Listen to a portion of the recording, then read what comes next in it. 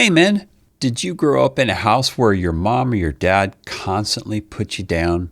What were the things spoken to you as a child, maybe by a Sunday school teacher or a teacher at school, that you believed to be true even as an adult when you grew up?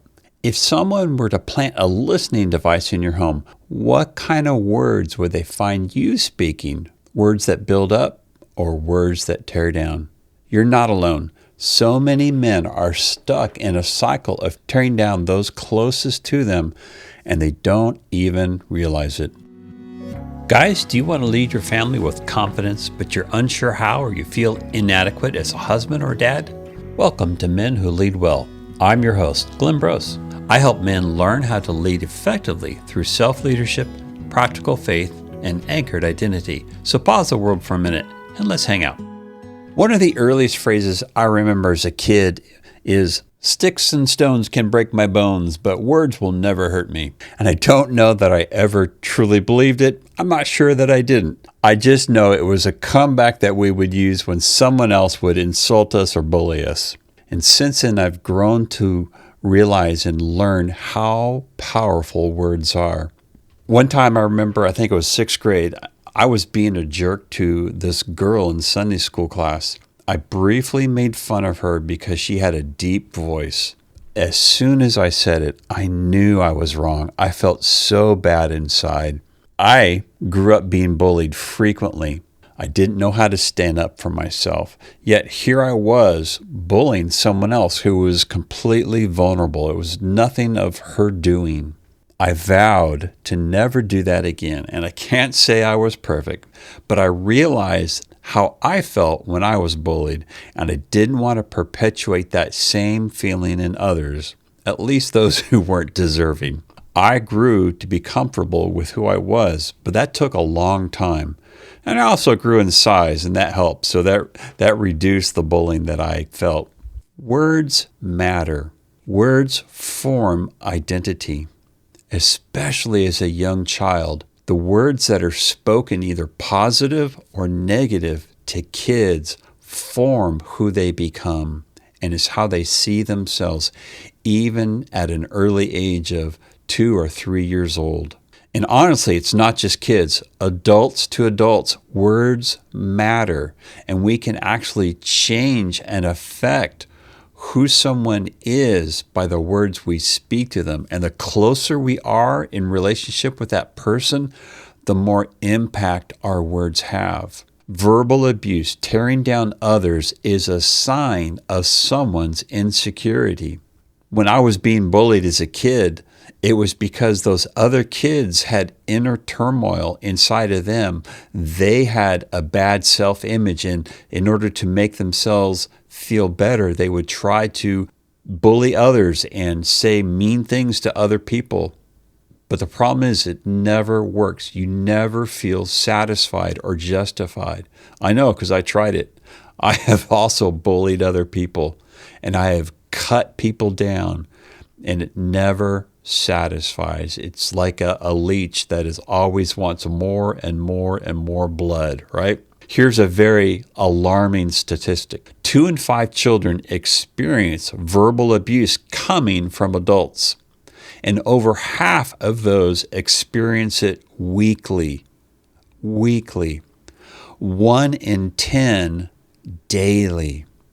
Now, you might be asking, what's verbal abuse? So we're talking about belittling somebody or blaming them, insulting, intimidating, etc. And normally we think verbal abuse, we're thinking that's shouting and that's screaming, but it can also be the soft and manipulative voice. Our words have power, and we don't even realize it. And like you might have believed that sticks and stones can hurt, but words cannot. But that's not truth. That is a lie. And I think whoever came up with that expression was trying to teach kids not to take in words, but that's not the point. The point is words have power. Words spoken to you shaped who you are, for either positive or negative. Our self-talk is super important. The words and the phrases that we repeat to ourselves, I can't believe I'm such a dummy. I can't believe I just did that. What an idiot I was. That self-talk, words that we speak even to ourselves, carry a lot of weight. There's a lot of power in words. So the same words that you speak to your wife and your children, you are shaping who they are, especially your children. You are forming who you want them to become. And I've heard this so many times where some parent, a dad, especially a dad, says to their kids, "You're so stupid. Stop being dumb. You are so dumb. You are nothing but a lazy good for nothing." They'll use curse words, and that just really impacts kids. They'll say things like, "You'll never amount to anything," or "You are no good. You can't do anything right. Why can't you be like your sister? Why can't you be like your brother?"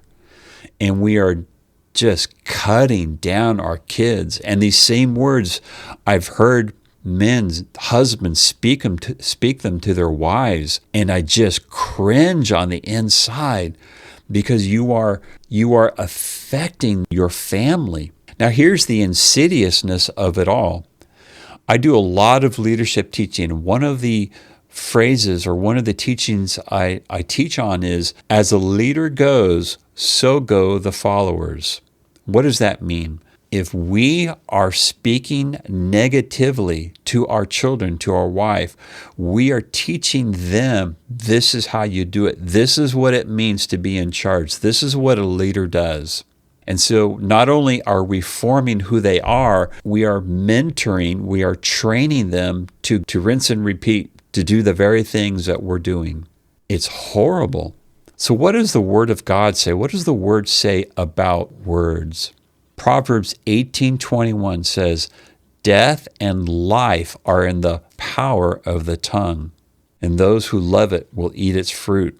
Death and life are in the power of your words. We can speak life or we can speak death by what we say. Psalms 33:6, "The Lord merely spoke, and the heavens were created. He breathed the word, and all the stars were born." I love that verse. It's beautiful. But it speaks to the power of words. God formed the universe. He formed me and you and everything in it by a spoken word. How powerful are words? Well, words have a spiritual power to them. That's how we are saved. Listen to this, Romans 10:9 and 10. This is Paul speaking. He says, "If you confess with your mouth," in other words, if you say with your mouth, if you speak Jesus is Lord and believe it in your heart that God raised him from the dead, you will be saved. For it is by believing in your heart, that's that faith part, that you are made right with God. And it is by confessing with your mouth that you are saved. Words matter.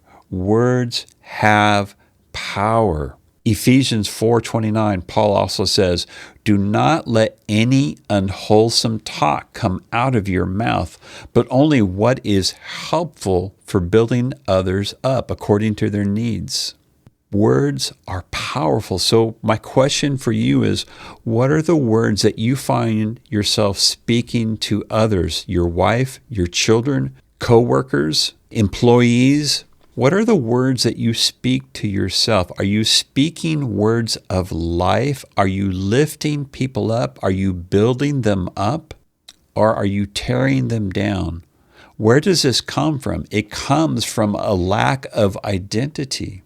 We don't know who we are. We feel conflicted on the inside. We feel horrible on the inside. Most of the time, it was because someone else spoke words to us and shaped an identity in us. And out of that hurt, out of that insecurity, we perpetuate the same thing. A lot of times, victims of abuse will go and repeat that same abuse to others. And this is exactly what we're doing with our words. So if we want to lead our families well, if we want to lead our wife well, if we understand this is a responsibility given by God, we have to begin speaking words of life. How often do we fail men to speak words of life to our wives? We call it an attitude of gratitude. I am so thankful for my wife because she loves our children. So I need to tell her, you are a good mother. When we raised our children, we would consciously never, ever use words to tear down our children because we knew how powerful they were. We spoke into them things of, you are smart, you can do anything you want to. Your future is in your hands. You are amazing. You are so talented. You're so creative. I love how you fill in that blank. So are we speaking words of life? The same thing. If we're treating our wives and our children well, but then we treat others around us poorly, if we are always insulting others, people see that. Think of the kind of people you like to be around. Do you like to be around people that you feel better, that they build you up? They see something, it's like, oh man, that was amazing. You are an amazing person. You are an amazing football player or worker or writer or whatever. Fill in that blank. Do you feel encouraged? Or when you feel encouraged, do you want to be around that person? Yeah, we all do, right? What about the people that tear us down, the toxic people in life? Do we want to hang around toxic people? No, we will do anything to get away from them. I have this rule in life, no drama kings and no drama queens. I don't want the drama. I don't want to be around toxicity. Why? Because it brings me down. It tears me down. And I don't want that environment. I don't grow, in other words. I want to create an environment around me that is a nurturing, it's a growth-filled environment, and my words shape that environment. So when it comes to my wife, I need to be intentional. I need to be conscious to be speaking words of affirmation, speaking words of appreciation, speaking words of life into my wife. Why? Because it builds her up, and because my children see that, and they will do that as they get older. They will treat their wives, they will treat others in that same manner. And when it comes to my children, I want to be speaking words of building them up. I'm shaping who they're going to become.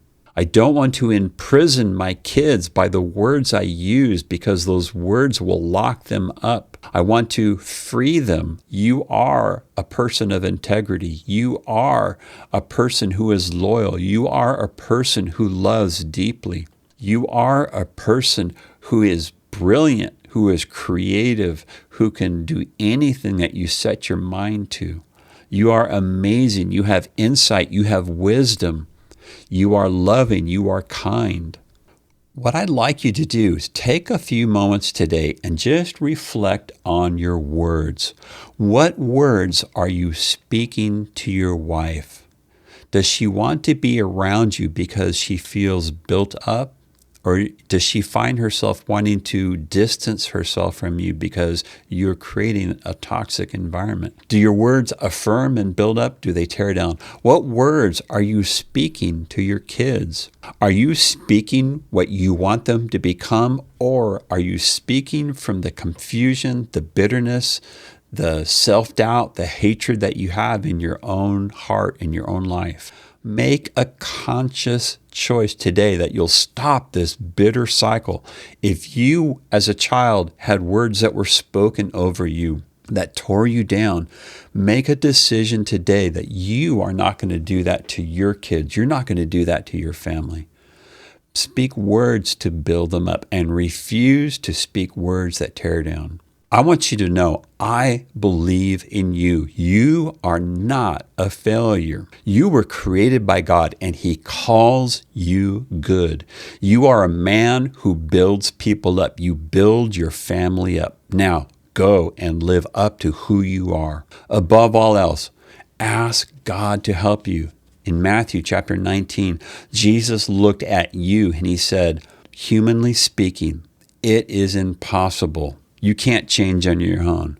But with God, everything is possible. Let me pray for you. God, words are powerful. You spoke the universe into being by your words. Help us to understand how powerful they are. Help us to be men who speak words that build people up and not tear down. Help us to speak words of life and not death. You are good in Jesus' name. Hey, I want you to know I really appreciate you listening to this podcast. Consider following it. I release episodes on Monday and Thursday mornings, and if you know someone that this could benefit, would you share it with them? Hey, thank you for hanging with me. If this helped you today, the best way to say thanks is to subscribe, leave a review on Apple Podcast, and share it with someone else. It really helps, and I appreciate it. Lastly, I'd like to invite you to join our growing Facebook community, Becoming Men Who Lead Well. Until next time.